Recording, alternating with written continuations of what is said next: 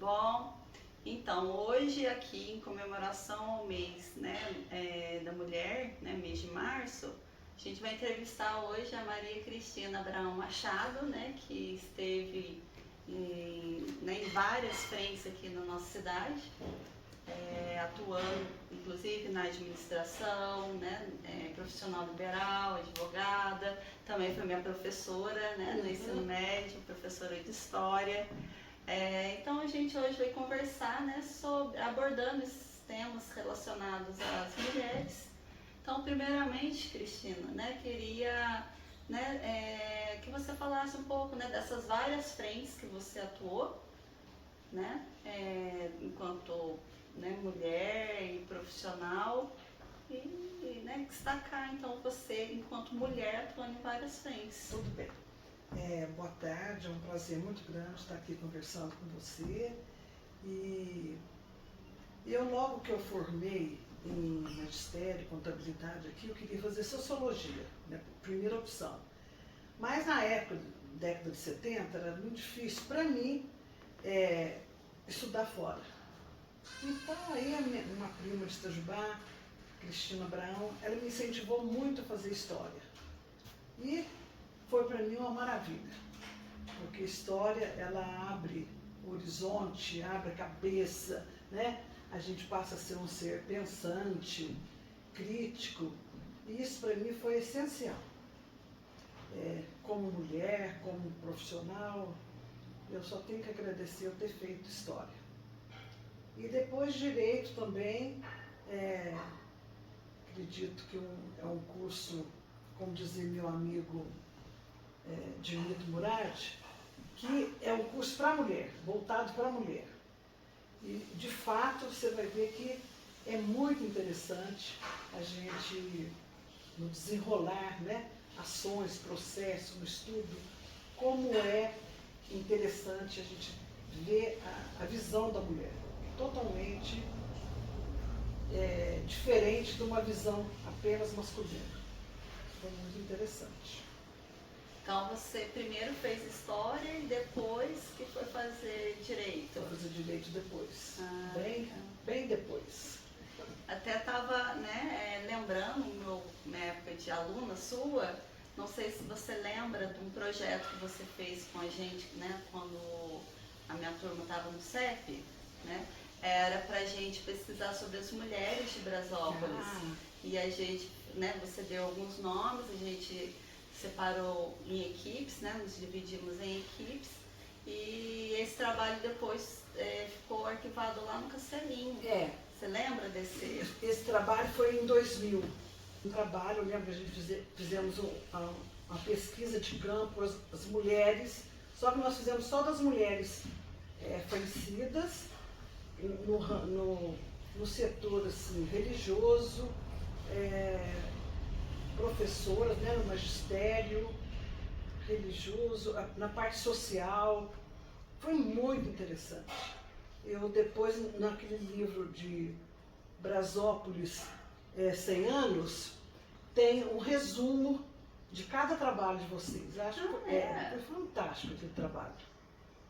Eu acho que é um trabalho, inclusive, eu termino lá assim, o epílogo do livro falando que deveria ser estendido esse trabalho, fazer das mulheres, mesmo, não só as falecidas, mas as mulheres que têm alguma mensagem, né? Acho que poderia ser feito aqui na cidade um trabalho assim. Quem sabe a academia, a gente pode até lançar isso na academia. É bem isso interessante. É bem interessante mesmo. Sim, até pra gente conhecer a nossa própria história, Justamente. Ressaltar o trabalho que essas mulheres desenvolveram na sociedade, pianistas, professoras, né? Bem, e então, né, você é uma mulher reconhecida, que serve de exemplo para nós, né, que estamos chegando aí na sociedade, fazendo nossos trabalhos. Mas eu gostaria de saber também quais foram as mulheres que te inspiraram e que te inspiram ainda. Olha, primeiramente minha mãe. Minha mãe era uma pessoa muito dinâmica, muito forte, muito positiva, foi assim, uma grande companheira do meu pai, e ela foi assim, a base da minha vida, uma base saudável, familiar e de correr atrás das coisas. Minha mãe nunca pôs assim, um empecilho, né? Uma família criada com 3 irmãos, né? Mas ela me colocava para cima, fazia eu lutar, ser independente, sabe? Não depender de ninguém. Isso eu acho assim, que foi fantástico. Uma outra mulher também foi a minha... Era tia, mas a gente chamava de vó, a vó Chiquinha. Ela, uma mulher muito forte, autêntica nas palavras, nas ações. Ela, na década de 40, ficou viúva com 35 anos e com 5 filhos menores. Imagina a dificuldade para criar esses filhos, educá-los, né? E ela, uma honradez, uma pessoa de exemplo de vida. Eu sempre tive muitas amigas falecidas, outras, graças a Deus, vivas, né? Sempre cada uma num setor me serviu de exemplo, me serve ainda de exemplo, né? Eu sei que citar nomes assim é meio complicado, a gente pode esquecer de alguém, mas eu gostaria de citar até 2 grandes amigas que eu tenho, centenárias brasopolenses, que é a Dona Maria Noronha e a Judite Michete. A história delas é um exemplo de vida. Elas são mulheres à frente do seu tempo. Eu acho assim, elas fantásticas, né? No setor assim, internacional, eu li há pouco tempo a vida, a biografia de Michelle Obama. É uma coisa, não sei se você já viu. Não, tem Eu curiosidade. tenho até o livro, se você quiser conhecer. É um trabalho que ela faz fantástico. Ela trabalha com jovens menos favorecidos, né? Luta contra o preconceito. E para esses jovens, eles estudarem, mostrar que são capazes. Mesmo a sociedade machista ou preconceituosa ainda nos Estados Unidos, né? Eles são capazes. O trabalho dela, assim, é fantástico, né? E eu não podia deixar de falar no exemplo de político, de tudo, a Dilma Rousseff, né? Eu acho que foi a grande injustiçada, né? Foi vítima de um golpe, e eu sempre imaginei assim que a história, daqui uns 100 anos, 50 anos, iria fazer jus a Dilma. E eu fico até assustada com o correr do tempo, e essa verdade já está aparecendo, né? Então isso, eu acho assim, ela não se dobrou naqueles esquemas, né? Ela foi firme até o final. E ela, eu assisti algumas palestras dela em Brasília, quando a gente ia no Marcha dos Prefeitos, uma coisa fantástica. E ela era muito técnica. O que ela falava, ela sabia falar. Ela não preocupava em fazer política, politicagem até. Ela era técnica. Então foi uma pena ela não ter concluído seu mandato. Eu acho que sim, citando o nome, seriam essas pessoas. Belas escolhas. Até a Judite também, né? Eu conheço a história dela mais perto. Ela é tia, avó da minha mãe. E é madrinha também, Sei. né? Então, desde pequenininha, sempre convivi com ela. Sempre uma pessoa pra frente. Muito, né? muito. Gosta muito de cantar no coral, então, né? Alegre. A Dona Maria, ela foi minha professora e depois a gente foi colega no presidente Venceslau. Ela era minha chefe, né? Mas eu gostava demais da Dona Maria. E a Judite, passei a conviver com ela assim no coral. A gente cantava junto, tudo. Nossa, acho ela fantástica. Eu tive agora no aniversário dela de 103 anos, né? Levei um batom para ela. Ela que me ensinou. Cristina, mulher não pode sair sem batom. Põe o batom e fica, tá? Então eu acho ela fantástica. Ela era revendedora da Avon Ela, também, né? nossa, ela era uma mulher assim, né? É, Agora, é claro, tem as limitações, mas 103 anos. 103 anos. É. E lúcida, né? E eu acho assim, são mulheres à frente do seu tempo, Uhum. né? Esqueci de citar até uma pessoa também assim, na parte profissional, professora, a minha prima Cristina Abraão. Eu sou Abraão, mas eu não assino Abraão. Eu sou Maria Cristina Machado. E essa minha prima, Maria Cristina Abraão, ela, olha como é que ela era na frente do seu tempo. Ela era supervisora, professora, dava aula na faculdade, tudo. E as supervisoras do CEP me falaram outro dia, Cristina, nós achamos um documento seu falando sobre avaliação e de 30 anos atrás, mas está super atual. Aí eu falei assim, não é meu, é da minha prima. Ela falou, não, aí uma delas, que tinha sido minha aluna, falou, eu conheci sua letra. Aí elas mandaram para mim o documento, né, o estudo, de fato era da Cristina. Ah. Então, assim, ela amava ensinar, tinha um cuidado muito grande com os alunos, né? Eu acho que isso influenciou muito também na minha vida, assim, como professora. Eu tinha um exemplo dentro de casa, né? Então, isso eu acho que foi muito bom. E as outras duas também que você mencionou, né? A Michelle Obama e a Dilma Rousseff, né? Agora, inclusive, a Dilma como diretora do BRICS, né? Então já veio aí dando a volta por cima e, né? E mostrando o seu valor. Mostrando o seu valor mundialmente, né? Mundialmente. E a Michelle Obama também, né? A Michelle Obama, a gente até brinca, né? Será que o Obama estaria? Seria? Se não tivesse a Michelle por trás? Nossa, ela é fantástica. A vida dela, ela era advogada, né? Mas era fantástica mesmo.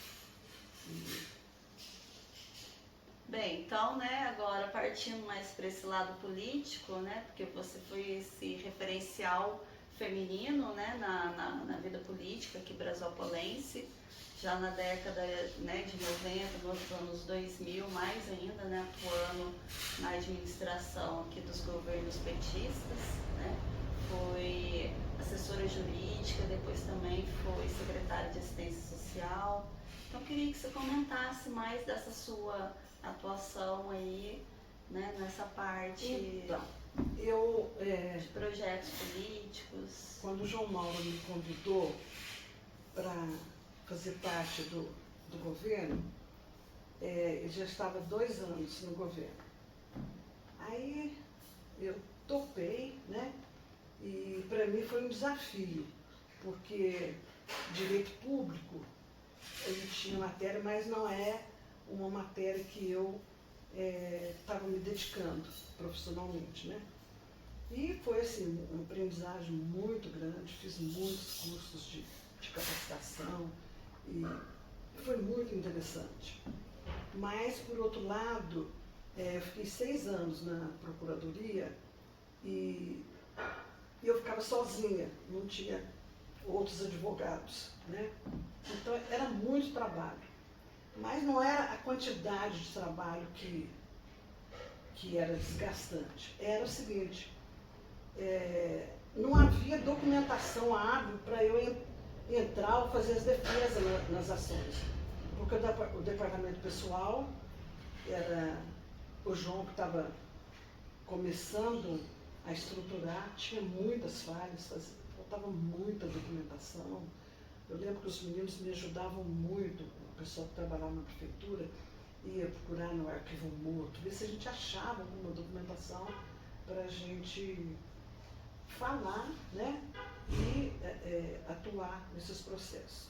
Mas foi muito bom, eu aprendi muito, tive muito apoio lá na prefeitura, né, do junto, foi uma parte assim, muito interessante, né?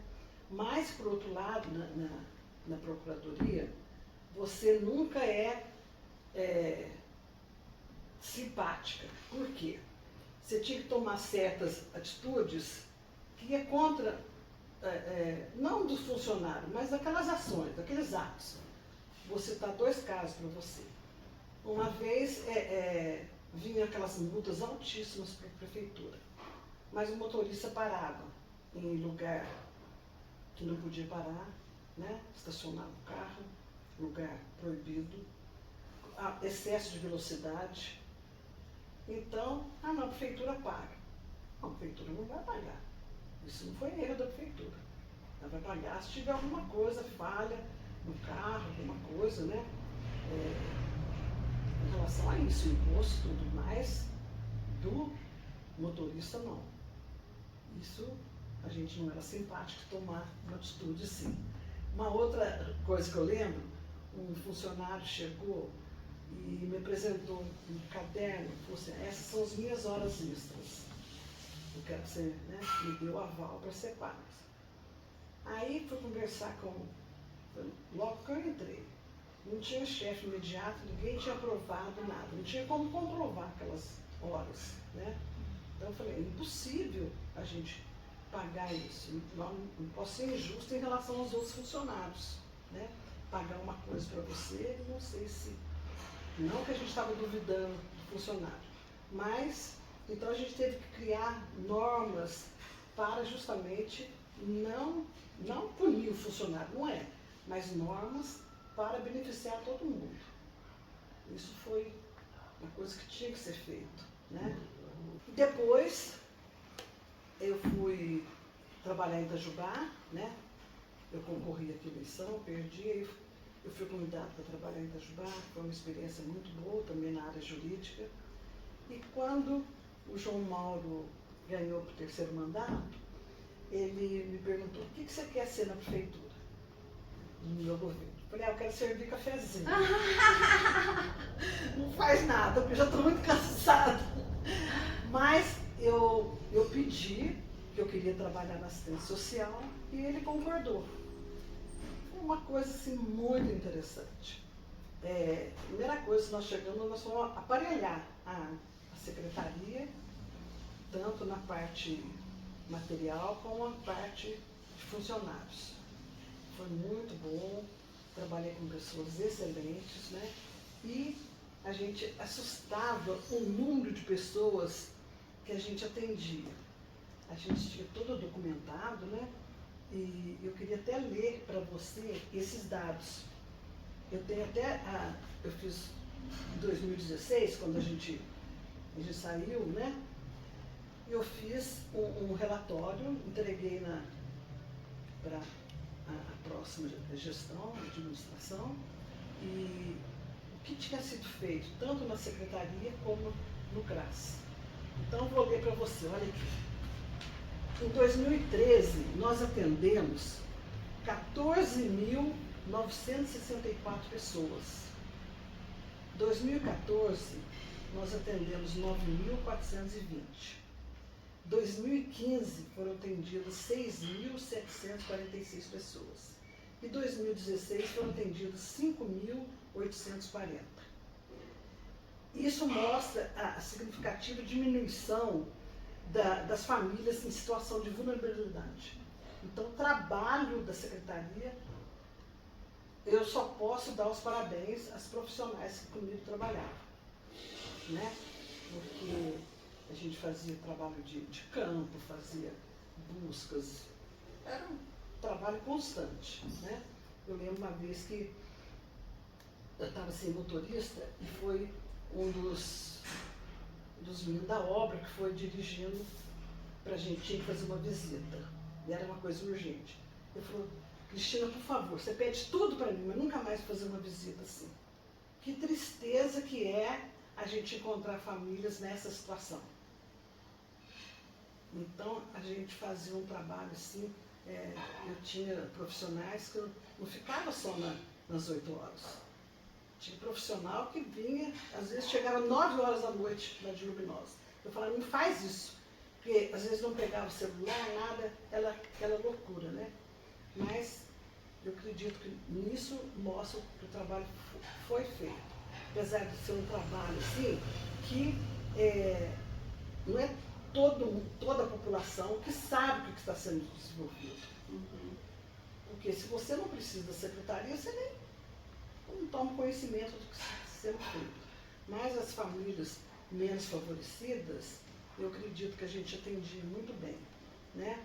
Nós preocupamos também muito com a capacitação, não só do pessoal do CRAS, mas nós oferecemos diversos cursos profissionalizantes para a cidade toda, né?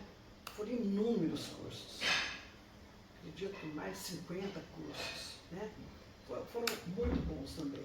Cursos como, por exemplo? Olha, mecânico de moto, Cozinha Brasil, o SESC veio dar. Nós fazíamos, porque eu lembrava da minha mãe assim, que ela não tinha uma profissão, mas ela trabalhava em diversas frentes. E eu pensava assim, essas mulheres precisam ter alguma renda.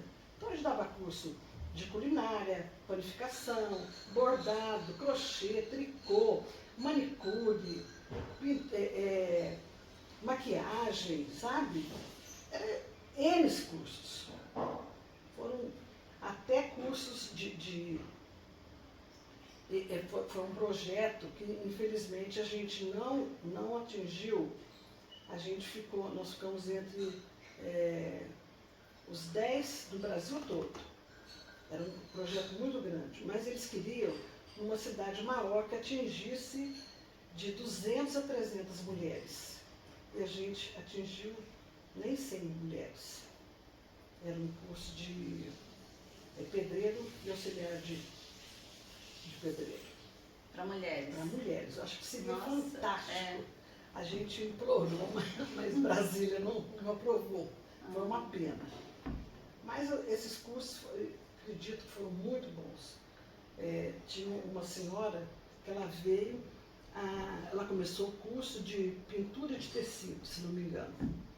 Depois o marido estava doente, os filhos também, ela não podia participar. A monitora ia na casa dela dar aula.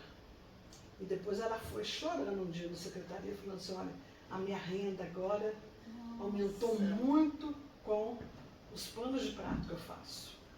Ai, que interessante. Então era coisa assim, a gente acha, mas isso é pequeno. Não, mas para aquela pessoa era muito importante. Exatamente. Né? Às vezes as pessoas também pensam, nossa, mas curso de pedreiro para a mulher, né?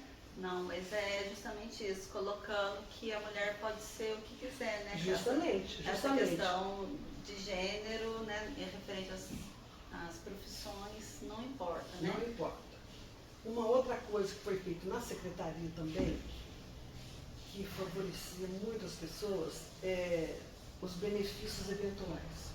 Por exemplo, uma família que estava em risco, cesta básica, auxílio funeral, a passagem, às vezes vinha alguma pessoa, né? A gente não tem casa de passagem ainda aqui, né? Então, a pessoa, não, eu estou indo para tal lugar, para a gente poder dar passagem para essa pessoa. E o auxílio funeral eu achava muito importante, isso era a orientação do João Mauro, falava assim, mas as pessoas não precisam vir atrás do secretário ou atrás do prefeito pedir uma ajuda. Então, com essa lei, que foi feita na secretaria, quem vai fazer a análise se aquela pessoa precisa, vai ser assistente social. Ela preenche o cadastro, visita a família e ela já mandava à prefeitura. Não, essa família precisa, essa família não. Eu acho que assim não humilha ninguém, é um direito da pessoa. Eu acho horrível você ter que ir atrás do prefeito, do secretário, não. É isso, então? Sim, o meu olhar enquanto socióloga, né, para isso, ainda mais agora que a gente está numa era digital, eu acho que a secretaria ela já tem que ter em mãos posse desses dados, né? Uhum. Então, a própria administração já sabe quais são as famílias que precisam de auxílio XYZ, né? Então, exatamente, não precisa a família vir, não. Né? Você já sabe. Olha, a tal da busca ativa. Nós fizemos, também, né? fizemos tudo isso, justamente. Porque eu acho que atualmente, por exemplo, né, há 2 anos atrás, há 1 ano atrás, eu tentei fazer buscas sobre dados, né, de Brasópolis, que eu sou professora de sociologia, estava trabalhando com eles, e não acho dados. Né? Olha, na minha secretaria eu deixei tudo. Eu não tenho assim, por exemplo, esses dados que eu dei para você, eles têm como ser comprovados na secretaria. Uhum. Nós tínhamos arquivos, acredito que ainda estão lá. Né? E, então era tudo comprovado. Todo o processo que Mas não, era não feito, são dados que estão disponíveis, né, mas eu acho assim, aí depende também, não sei se Tem alguns dados que não podem, né, ser divulgados. Tem coisa sigilosa. Nem para mim a assistente social não passava. Era coisa dela. Aí chegava e falava assim, essa família precisa disso, disso, disso. Então a gente quer correr atrás. Uhum. E como para não ficar, essa lei foi feita justamente isso, para não ficar atrás, vou pedir isso para o prefeito. Não, então era isso, já tinha X e a gente tinha que preencher isso. Até o fazimento, a elaboração de uma política pública, né, ela é parte dos dados. Justamente. Né? Você precisa desses dados para você dar o diagnóstico e o prognóstico. Então é importante. Esses dados muito importantes. Eu lembro uma vez que eu fui era secretária de Educação, a Áurea, nós fomos em Brasília para fechar a creche do Frei Horácio, para ser aprovado, né? E eles precisavam de X crianças. Nós fomos atrás, inclusive da pastoral da criança, né? Que tinha os dados de amamentação, de tudo mais, para preencher. Aí eu lembro que faltavam assim 4 crianças, mas tinha 16 mulheres grávidas no Frei Horácio.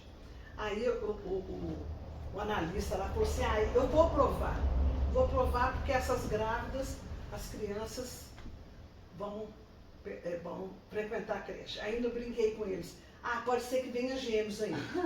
Então, ó, 16 pode ser que seja 32, assim falando. E foi aprovado, né? Então, a gente buscar esses dados não seria só na secretaria, né? Tinha que ser no município todo. Sim. É muito interessante mesmo. A creche é uma política marcante aqui para o nosso município, né? E tomara que saia mais creches para cá, né, gente? Porque é fantástico. Eu acho que é justamente acabar com essa desigualdade social, né? Que quem tem condição coloca o seu filho na escola desde particular, né? E o outro não pode colocar, né? Como é que vai concorrer futuramente? Então, acho que isso é uma maneira de acabar com a desigualdade social, né? E a creche que é muito bom. Esse modelo de creche, né, que foi criado no governo petista, é muito bom. Né? Fantástico, né? Tudo adaptado, as crianças, né? Muito bom mesmo. Mas, Gabriela, uma outra coisa também que eu acho que foi muito positivo na secretaria foi os conselhos municipais, a atuação dos conselhos, porque a gente era responsável assim, pelos conselhos, e os conselhos, eles têm uma paridade, né? 50% do órgão público e 50% da sociedade constituída, sociedade civil constituída. Então, eu acho assim, é muito importante, por exemplo, imagina o conselho do idoso, da mulher, do CONPAC, né? Da cultura, para decidir as questões do município. O prefeito não vai decidir sozinho, ele vai decidir junto com a comunidade. Então, para mim, os conselhos é sinal de democracia. Cidade que não tem conselho, o conselho não funciona, não é democrático. Né? Dá trabalho, dá. Mas o resultado é fantástico. Isso também, né, uma política, né, marcante da década de 90 para cá, né? Principalmente com a política participativa, né? Complementando a política representativa, né? Muito importante porque você não vai deixar apenas para o legislativo, para o executivo, né? A política está no nosso Tá, cotidiano, justamente. né? E somos Então tem nós. que despertar isso nas pessoas, Uhum. né? E acho que é um prazer você participar, você ver, olha, eu participei de tal ato aqui na minha cidade, né? Eu lembro na praça lá do Rosário, uma senhora, quando a prefeitura arrumou a praça, alguma coisa assim, ela veio e falou assim, era minha cliente, como eu era advogada, né? Era advogada dela, ela dizia assim, Cristina, eu venho e agoo as plantas daqui. Uma coisa, um ato tão simples, mas era a participação dela. Era em frente à casa dela para ficar bonito. Uhum. Então eu acho assim, são pequenos gestos, pequenos atos que a pessoa participa da vida do seu município, né? Amar a cidade, porque tudo que acontece é na sua rua, na sua cidade, no seu bairro. Eu acho que isso é muito importante. Né? Até também foi um marco, né, das políticas petistas, e aqui no nosso município a gente teve isso, que foi o orçamento participativo, né? Fantástico. Então é mais uma prova de que nós enquanto munícipes, né, fazemos política a todo momento, né, inclusive decidindo onde Justamente. gastar, né, onde que deve eleger, né, qual a obra ou o feito que deve ser feito, né, aliás, a política que deve ser feita naquele local, naquele bairro, né? É verdade. Isso é um ato de democracia, né? E a gente lembra muito dos cursos de capacitação, né? Nós fizemos muito em Belo Horizonte, então eles despertavam isso da gente. Ah, vocês querem determinada coisa na cidade, mas como que está a rede de esgoto? Todo mundo tem luz? A casa distante do sujeito está calçado? O que pode ser feito? Né? Então são coisas assim pequenas para a gente pensar. Para mim não é importante que minha rua já está calçada, mas e daquela pessoa que amassa o barro para chegar no seu trabalho, na escola, né? Então é coisa assim para a gente pensar, despertar. Porque também vem daquela política não iluminista, né? Que a ideia está na cabeça, né, do rei. E ele vai executar a bel prazer. Não, então estou aqui como representante do povo, então o povo vai me dizer onde deve ser feito, né? Interessante. A participação. A gente vê quando foi acabando os governos absolutistas, né? E o povo foi participando, como é interessante, né? E a gente cada vez mais tem que participar. Isso é a democracia. Isso é a democracia. Exato. Movendo para todos, né?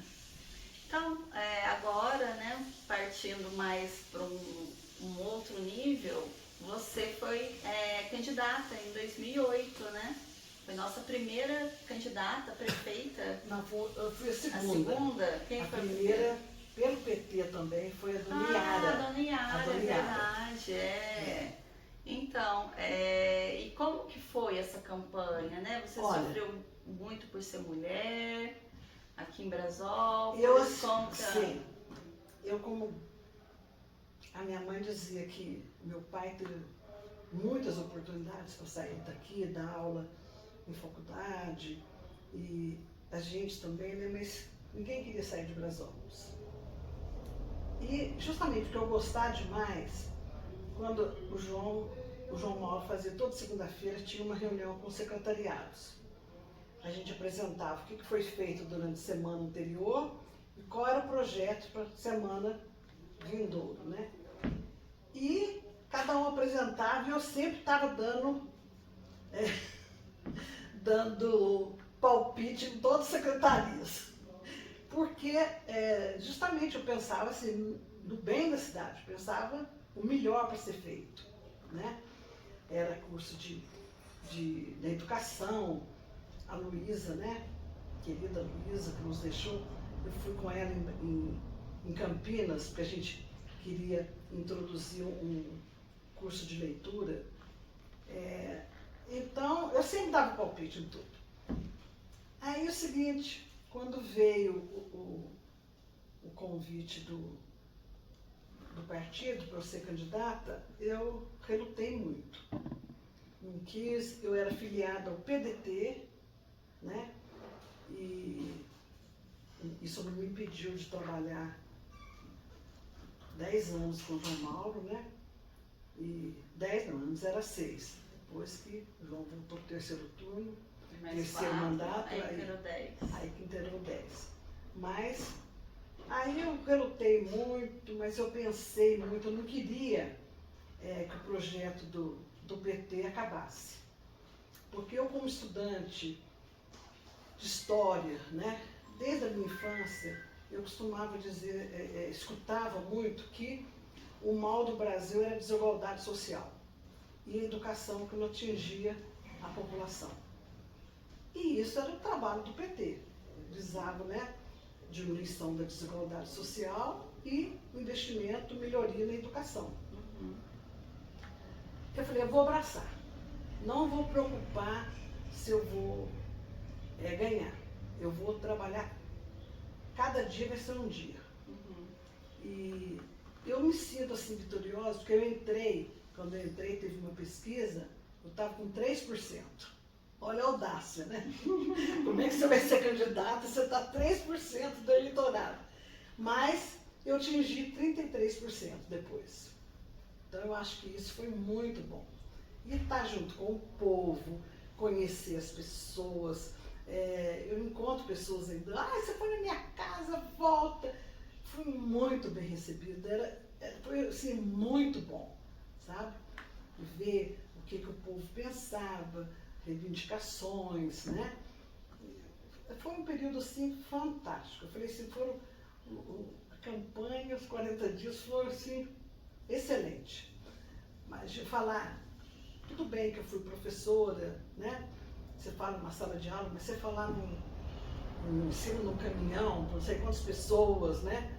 E, nossa, mas foi uma festa, né?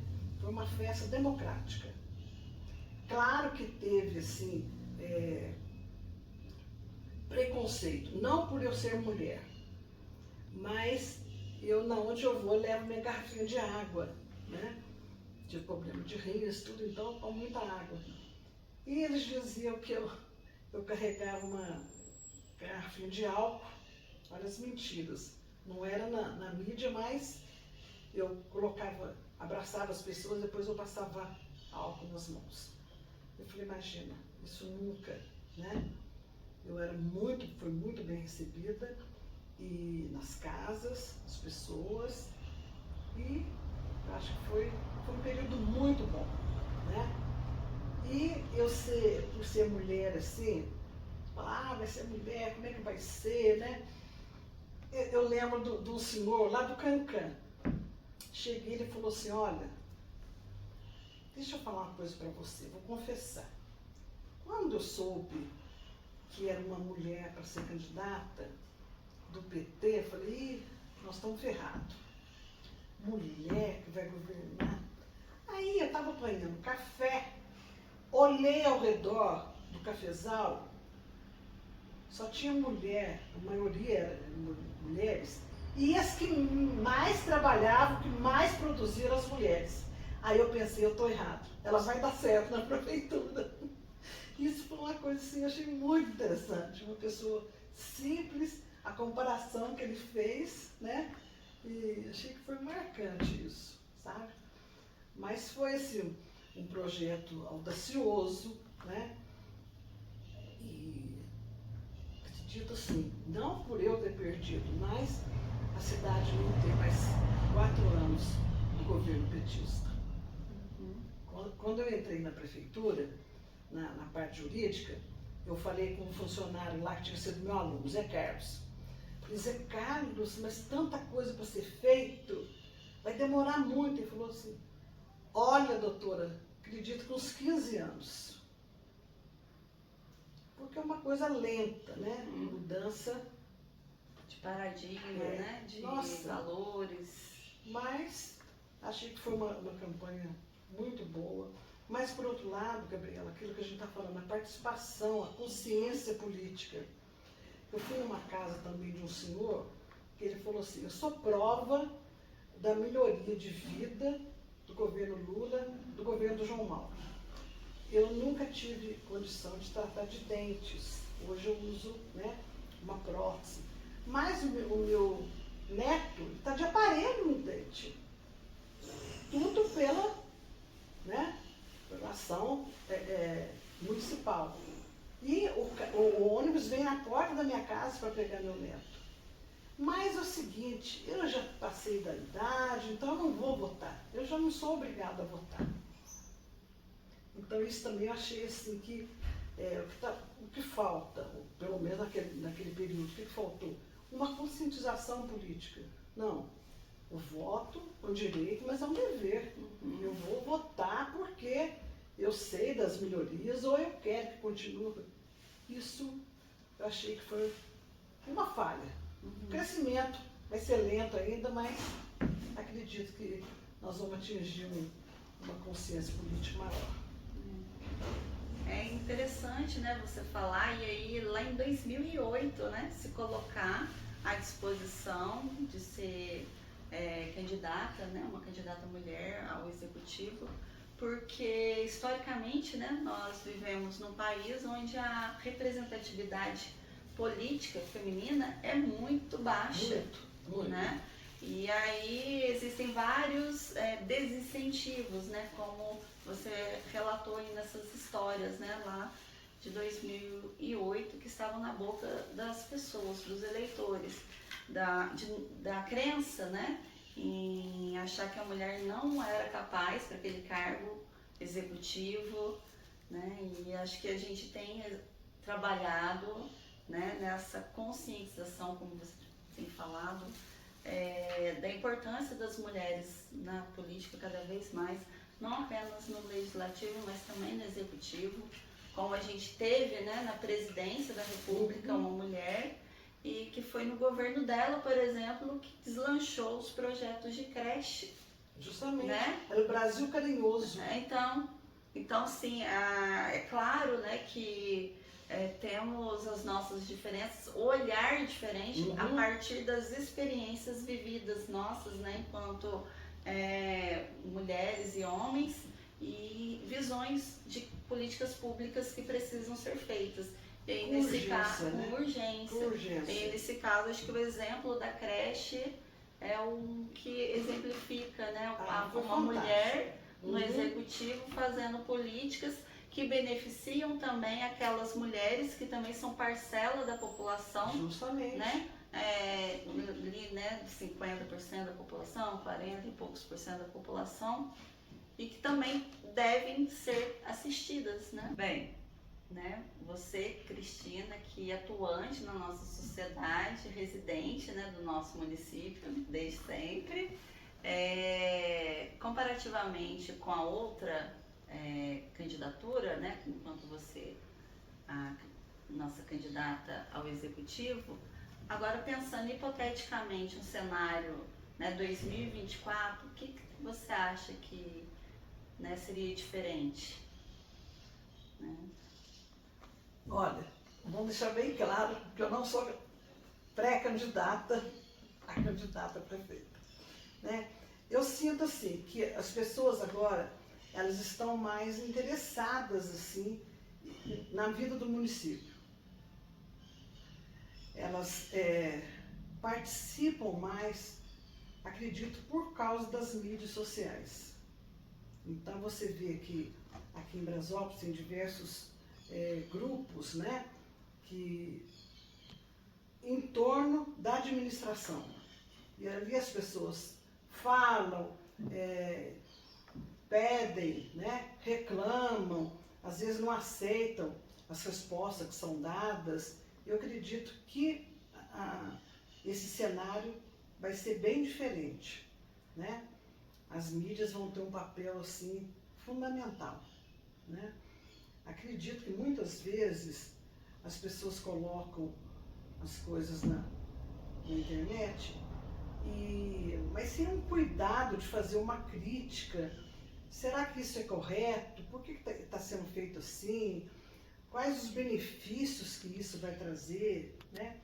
Então eu acho, mas é muito louvável que as pessoas não ficam caladas, né? Que as pessoas sempre participam, e porque as decisões do seu município, né? Então eu acredito e espero que essa nova campanha seja, o povo se interessa muito, né?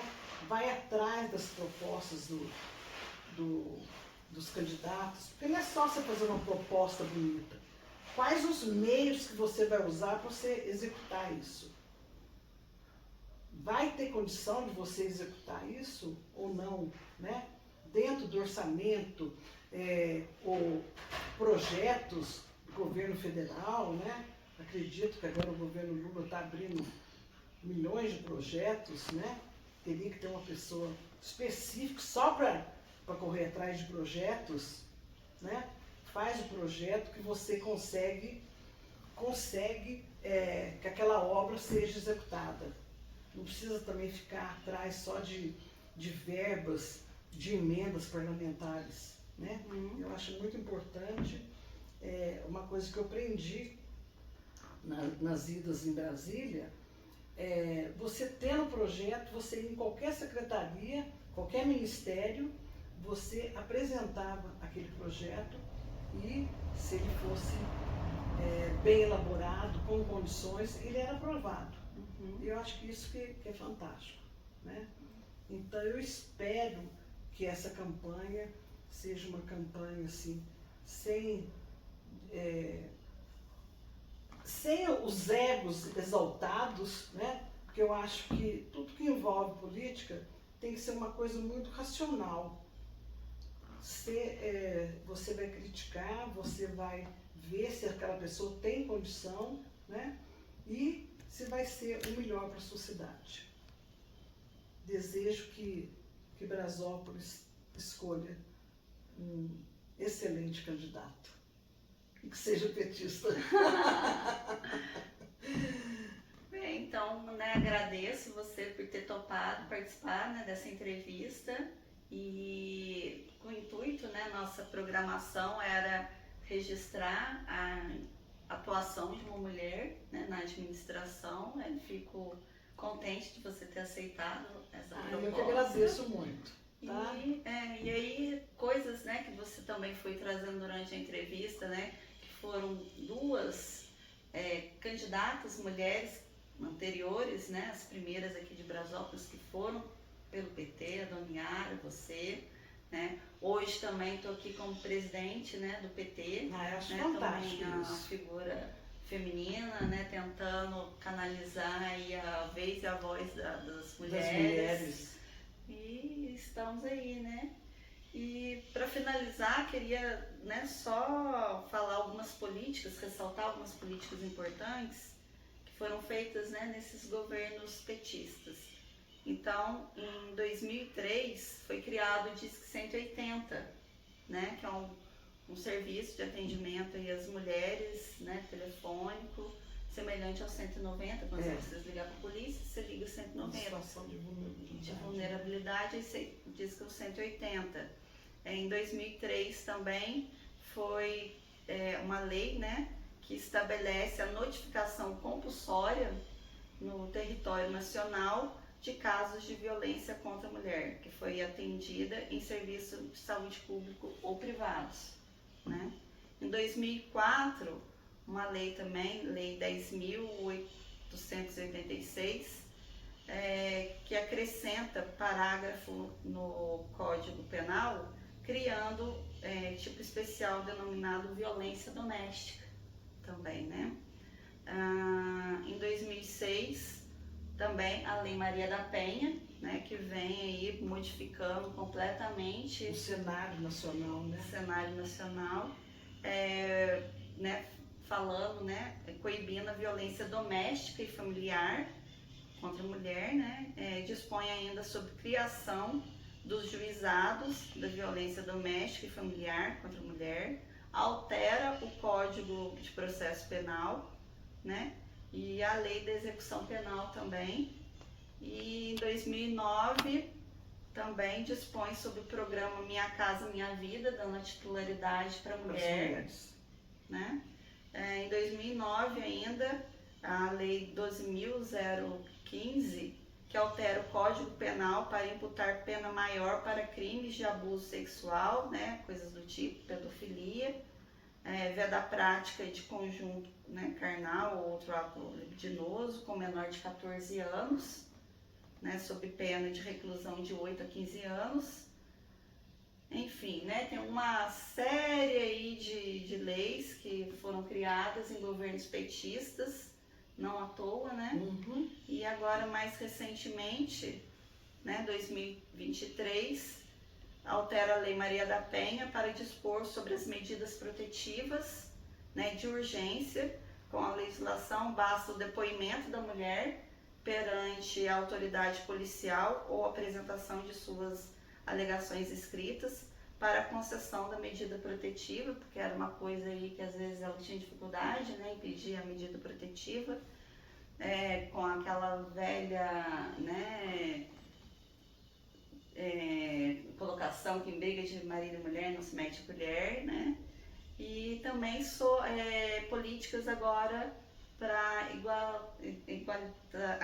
igualizar, né? Equalizar o salário de homens e mulheres. De mulheres. Isso. E teve mulheres que votaram contra. Exato, Então, assim, é sempre bom a gente frisar, né, essas políticas, porque se não basta dizer que sou a favor da mulher, mas tem que fazer, Mostrar. né? Mostrar. Eu acho que todas essas que você citou mostram o quê? O cuidado e a valorização da mulher. Uhum. Porque é um governo que valoriza a mulher, né? E incentiva a mulher a atuar na política. Eu acho que isso é muito interessante, né? Eu quero ressaltar também que no governo do João Mauro, ele brincava assim, aí a gente tinha as reuniões, né, de secretariado, como eu falei, e ele falava, aí, só as mulheres estão dominando, porque a maioria dos secretários, né, pertenciam às secretarias, eram mulheres. Então era muito interessante. Obrigada. Eu agradeço muito, tá?